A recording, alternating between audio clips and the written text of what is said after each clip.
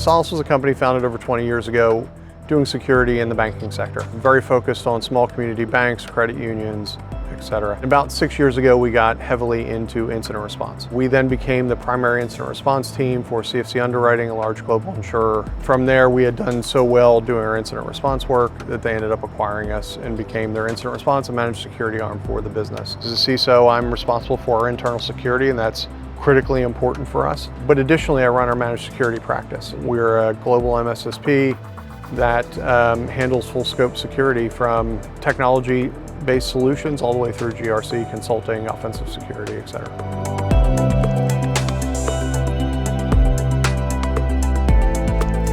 So how does asset intelligence help in that capacity?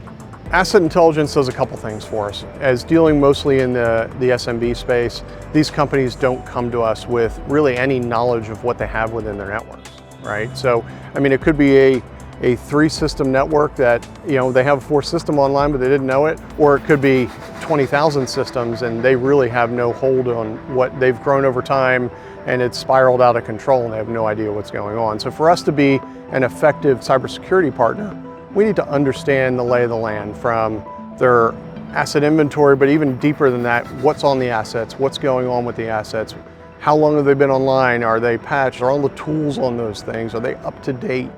Right? And then the user intelligence behind that, being able to correlate user activity with that. It's weaved throughout everything we do, from our reporting with our clients to our true-ups on our tool sets. And then from a financial perspective, it helps us make sure, one, we're billing customers at the right level because we can do true-ups on those agents. And two, we're able to track if they have fluctuation in usage. So whether systems haven't checked in months or haven't been online in months, but really if they've expanded the business and they've added more systems or users, if they're currently shrinking the business and reducing that, we can affect, you know, how we build them and obviously our costs as a business.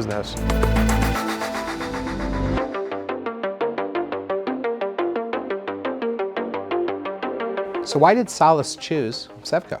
There were a couple things that really drove our decision to partner with Sevco. First and foremost, we found a group of people passionate, educated, and had a deep understanding of cybersecurity and some of the challenges, particularly some of the challenges that were faced in asset management, which is, you know, underlies everything we do in the cybersecurity space. Our ability to reach out and ask for a feature enhancement, or, you know, we're bringing on a new tool, can you help us build the integrations for it? Or we need better or different multi-tenancy in the tool. You know, the teams were communicating regularly with my teams, looking at what the requirements are, getting feedback and building those things in. And it's not a, we'll get to you in 6 months. It's a, this is a real need, let's get our teams on it. So do you have any recent stories from the trenches you can share? There was a recent Apple vulnerability that came out that some of our tools weren't able to pinpoint all the assets effective within our environments. And with us having Sevco rolled out to every endpoint and every environment we manage, we're able to easily go in and query the environment and figure out where we had vulnerable assets. And then we're able to quickly build a plan on communication to those clients.